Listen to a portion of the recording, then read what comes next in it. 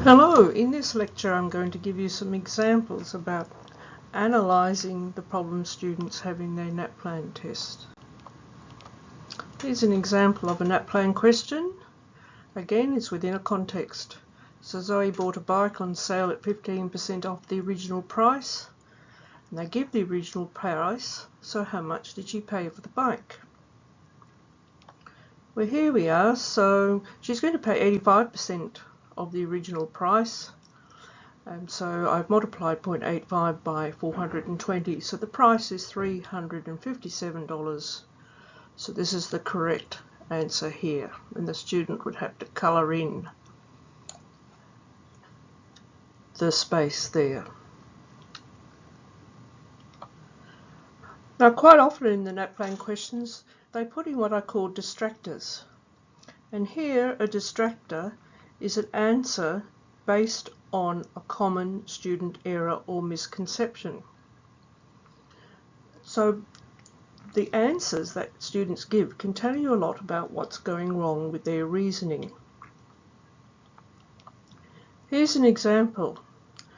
Here I have worked out what 15% of $420 is, and that's given me $63.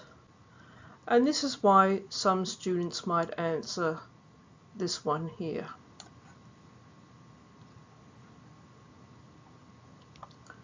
Another answer they might give is $405 if they just subtract 15 from 420.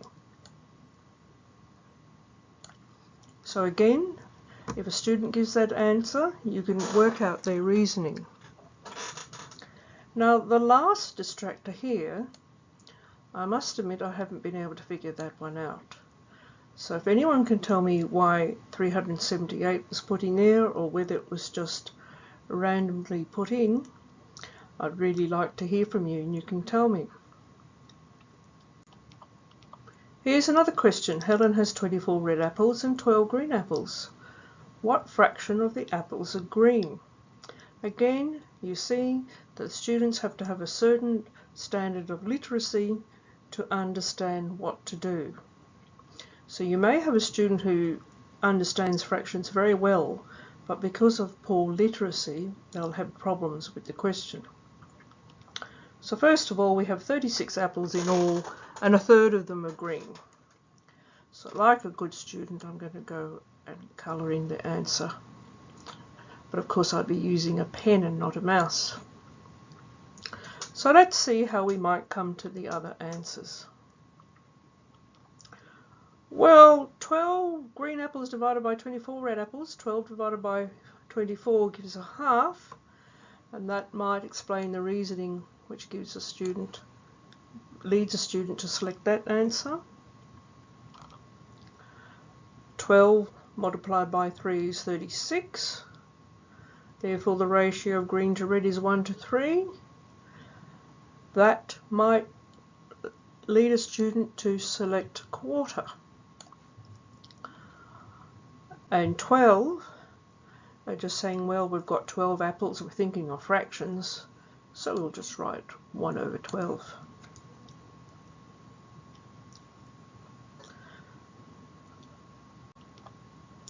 Now let's look at this question here. Think about what a student will need to know to do the question. So they have to understand how dice work.